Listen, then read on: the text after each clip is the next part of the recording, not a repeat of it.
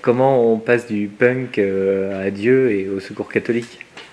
Bah, pour moi, j'ai pas fait de grand écart en fait, parce que avec les garçons bouchers, on était trop impliqués par tous les problèmes de société, toutes les inégalités, les discriminations. C'était quelque chose qui nous portait et on avait déjà ce souci des souffrances des autres.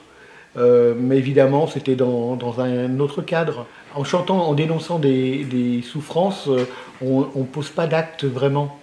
On dénonce des injustices, mais on ne fait rien pour que les choses changent réellement.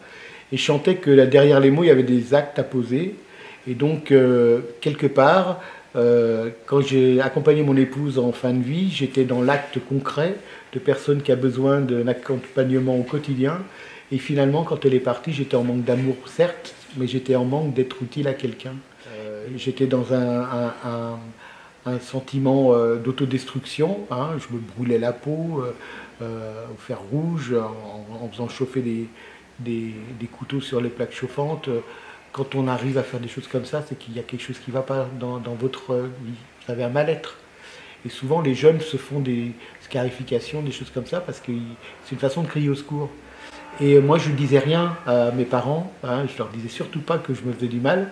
Ils étaient loin, donc quand je les appelais, je leur disais pas mes soucis. Et je disais rien à personne. Et finalement, la seule personne à qui j'ai osé parler, ben, il s'avère que c'est ce Jésus que j'avais rencontré très longtemps avant en allant au catéchisme. Quand j'allais au caté, moi j'y allais pour les parties de foot, à vrai dire. Hein. Mais on nous parlait du bon Dieu, il avait l'air vachement cool, hein, ce bonhomme. Et donc moi, ce Jésus, voilà, il me parlait. Et donc du coup, quand je me suis retrouvé seul dans une situation d'impasse, eh ben, étrangement, on crie au bon Dieu comme ça. Hein. Et je lui ai dit, ben, écoute, si tu existes vraiment, parce que j'étais sûr de rien, est-ce que tu ne peux pas me filer un coup de main pour que je rencontre quelqu'un au moins une fois dans ma vie, quoi. Je reviens un petit peu sur votre action avec les enfants. Mm. Est-ce que votre look, la longue barbe, les tatouages, est-ce que ça aide à faire passer le message ou pas? C'est une belle accroche. Les gamins tendent l'oreille. Ils se disent, tiens, un vieux qui ne ressemble pas aux autres. Et donc, ils sont intéressés. Et alors, au début, ils pensent que je suis un biker. Hein. Quand je leur dis que j'ai même pas un vélo, ça les fait sourire. Et puis, en plus, bon, moi, voilà, j'aime bien m'amuser dans les témoignages.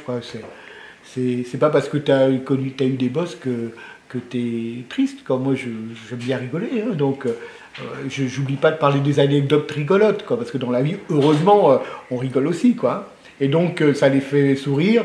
Et puis, en fait, il y a une complicité. C'est un peu le grand frère qui vient raconter son histoire, on va dire le grand-oncle qui raconte ses histoires de jeunesse, comme ça. Et en fait, je leur parle des bêtises que j'ai faites, ce que j'aurais dû faire peut-être, des choses que moi, on m'a pas dites. Et donc, c'est pour moi l'occasion vraiment de leur donner des messages de partage d'expérience. Et en même temps, je les sensibilise à la solidarité, au fait que c'est pas réservé à des personnes particulière, c'est vraiment ouvert à tout le monde. La solidarité, c'est aussi accessible à des jeunes. C'est pas parce que tu es au lycée que tu peux pas être solidaire d'une manière ou d'une autre.